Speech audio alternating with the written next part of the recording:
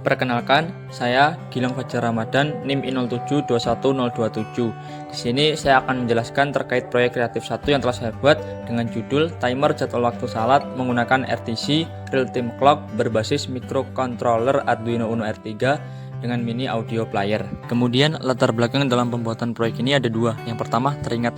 Maksud kata teringat di sini yaitu untuk mengingatkan kepada umat muslim agar salat tepat pada waktunya. Nah, untuk yang kedua yaitu terikat.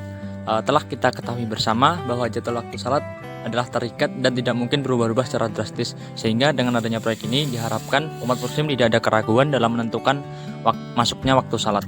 Selanjutnya terkait dengan prosedur kerja. Nah, prosedur kerja ini yang pertama yaitu sensor RTC DS1307 akan mengambil data waktu secara real time untuk kemudian dikirimkan ke Arduino Uno R3. Nah, dari Arduino Uno R3 ini akan dijadikan dua keluaran atau dua output. Yang pertama itu dalam bentuk tampilan di LCD 16x2, dimana pada tampilan ini akan menampilkan data waktu secara real time dan juga jadwal waktu salatnya. Nah, untuk output yang kedua yaitu berupa audio.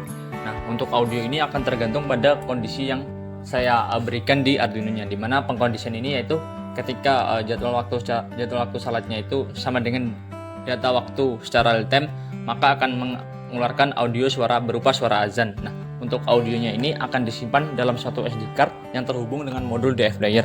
Nah, untuk memberikan suara lebih keras kepada keluaran di speakernya digunakan modul pump mini amplifier 5 volt. Dan juga dihubungkan untuk RX dan TX-nya dihubungkan dengan resistor, sehingga nanti noise-noise yang terjadi akan hilang dan juga suara lebih keras. Dalam pembuatan proyek kreatif 1 ini terdapat kelebihan dan juga kelemahan dari alat yang saya buat.